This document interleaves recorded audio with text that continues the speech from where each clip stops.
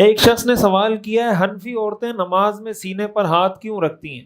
صحیح، صریح اور مرفوع حدیث پیش کریں۔ حنفی عورتیں نماز میں سینے پر ہاتھ کیوں رکھتی ہیں؟ دیکھیں، سینے پر ہاتھ رکھ کے نماز پڑھنا تو حضور علیہ الصلاۃ والسلام سے ثابت ہے، اور ناف کے نیچے ہاتھ باندھ کے نماز پڑھنا بھی حضور سے ثابت ہے۔ ایک بات یہ سمجھے، یہاں پر انہوں نے جو سوال کیا ہے نا، اس سوال میں ہی گڑبڑ ہے۔ سوال انہوں نے کیا ہے صحیح، صریح اور مرفوع حدیث پیش کریں، یہ حدیث کی قسمیں ہیں۔ تو آپ جب کسی سے کوئی دلیل مانگتے ہیں نا، کوئی سوال کرتے ہیں، تو وہ دلیل آپ اپنی مرضی کی نہیں مانگتے، دلیل ہونی چاہیے اور صحیح دلیل ہونی چاہیے۔ جیسے بعض لوگ کہتے ہیں نا قرآن میں یہ کہاں لکھا ہوا ہے، یہ چیز قرآن میں کہاں لکھی ہوئی ہے؟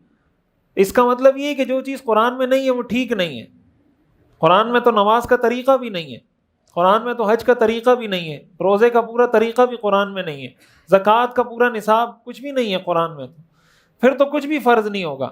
آپ جب کسی سے یہ کہتے ہیں کہ آپ قرآن سے دلیل پیش کریں، تو آپ در حقیقت اپنی جہالت کا اظہار کر رہے ہوتے ہیں، اس لیے کہ آپ گویا یہ ثابت کرنا چاہتے ہیں کہ قرآن کے علاوہ اور کوئی دلیل ہو ہی نہیں سکتی، حالانکہ حدیث بھی دلیل ہے۔ بعض لوگ کہتے ہیں بخاری سے دلیل پیش کریں، صحیح بخاری سے۔ اس کا مطلب کہ دلیل صرف وہی ہوگی جو صحیح بخاری میں ہوگی، اگر صحیح بخاری میں نہیں ہے تو وہ دلیل، حالانکہ یہ بات غلط ہے۔ حدیث تو جو بھی حدیث ہوگی وہ دلیل ہوگی، اس کے مرتبے کو دیکھا جائے گا، کس مرتبے کی حدیث ہے، کس درجے کی حدیث ہے، صحیح ہے، حسن لغیرہ ہی ہے، حسن لذاتی ہی ہے، ان ساری چیزوں کو دیکھا جاتا ہے، اس کے بعد کوئی فیصلہ کیا جاتا ہے۔ ورنہ بہت سے شریعت کے احکام ایسے ہیں جو صراحتاً احادیث میں مذکور نہیں ہیں، فقہا نے وہ ذکر کیے ہیں، اور فقہا نے جو ذکر کیے وہ قرآن اور حدیث سے ہی انہوں نے مستنبط کیے، قرآن اور حدیث سے ہی نکالیں۔ اب آپ کو کوئی اگر یہ کہے کہ بھئی آپ مجھے یہ بتائیں موبائل کا استعمال جائز ہے، اس پر آپ صحیح، صریح اور مرفوع حدیث پیش کریں۔ موبائل کا استعمال جائز ہے، قرآن میں کہاں لکھا ہوا ہے یا حدیث میں کہاں لکھا ہوا ہے؟ تو حدیث میں ہے کہیں؟ آپ کا کیا خیال ہے، حدیث میں ہوگا کہ موبائل کا استعمال جائز ہے یا یہ پنکھے کا استعمال جائز ہے؟ یہ تو قرآن میں کہیں بھی نہیں ہے، حدیث میں بھی کہیں نہیں ہے۔ پھر آپ کہیں یہ تو میں نہیں مانتا، قرآن میں بھی نہیں ہے، بخاری میں بھی نہیں ہے، تو میں نہیں مانتا، اس لیے اب یہ حرام ہو گئی، یہ جائز نہیں ہو سکتا۔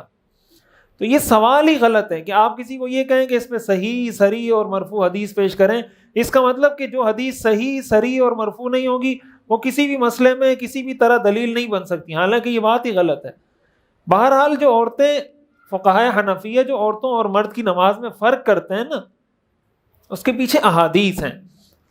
احادیث کیا ہیں؟ حدیث میں یہ آتا ہے کہ عورت کی نماز گھر کے صحن میں بہتر ہے گھر کے باہر نماز پڑھنے سے۔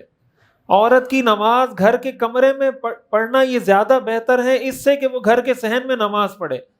عورت اگر گھر کے کمرے میں کسی کونے میں نماز پڑھے یہ بہتر ہے اس سے کہ وہ کمرے کے بیچ میں کھڑے ہو کے نماز پڑھے۔ یہ صحیح حدیث ہے۔ اس کا مطلب یہ ہے کہ عورت کی نماز میں جتنا سطر زیادہ ہوگا اتنا اس کا ثواب زیادہ ہے۔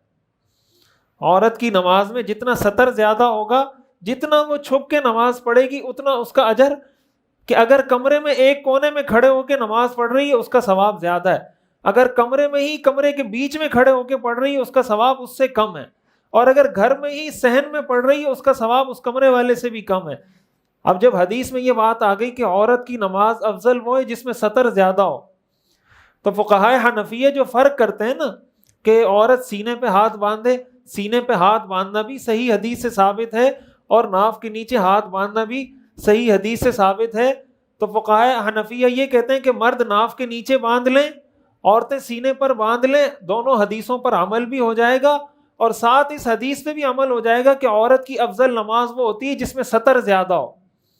تو عورت جب سینے پہ ہاتھ باندھے گی اس میں عورت کا سطر زیادہ ہے بنسبت اس کے کہ وہ یہاں ہاتھ باندھے، یہاں ہاتھ باندھنے میں سطر زیادہ ہے۔ اسی طرح سجدے کے طریقے میں جو اختلاف ہے کہ سجدہ عورت مرد سے مختلف انداز میں کرتی ہے، تشہد میں جب بیٹھتی ہے مرد سے مختلف انداز میں بیٹھتی ہے، یہ سارے انداز ثابت ہیں۔ فقہائے حنفیہ نے یہ کہا کہ جس میں سطر زیادہ ہے اس کو عورت اختیار کر لے گی، جس میں سطر کا معاملہ نہیں ہے تو اس کو مرد اختیار کر لے گا۔ ان احادیث کی بنیاد پہ فقہائے حنفیہ فرق کرتے ہیں، یہ کہتے ہیں نہیں آپ صحیح صریح حدیث ہمیں دکھائیں۔ تو یہ جو اس طریقے سے خواہ مخواہ لوگوں کو الجھایا جاتا ہے، یہ کوئی دین کی خدمت نہیں ہے۔ عورت اگر مرد کی طرح کھڑے ہو کے نماز پڑھ لے، نماز اس کی بھی ہو جائے گی، اور اگر اپنے عورتیں جس طرح پڑھنی چاہیے اس طرح پڑھ لے، نماز اس کی بھی ہو جائے گی۔ یہ اختلاف صرف افضلیت اور عدم افضلیت کا ہے کہ افضل طریقے سے نماز پڑھنے کا طریقہ کون سا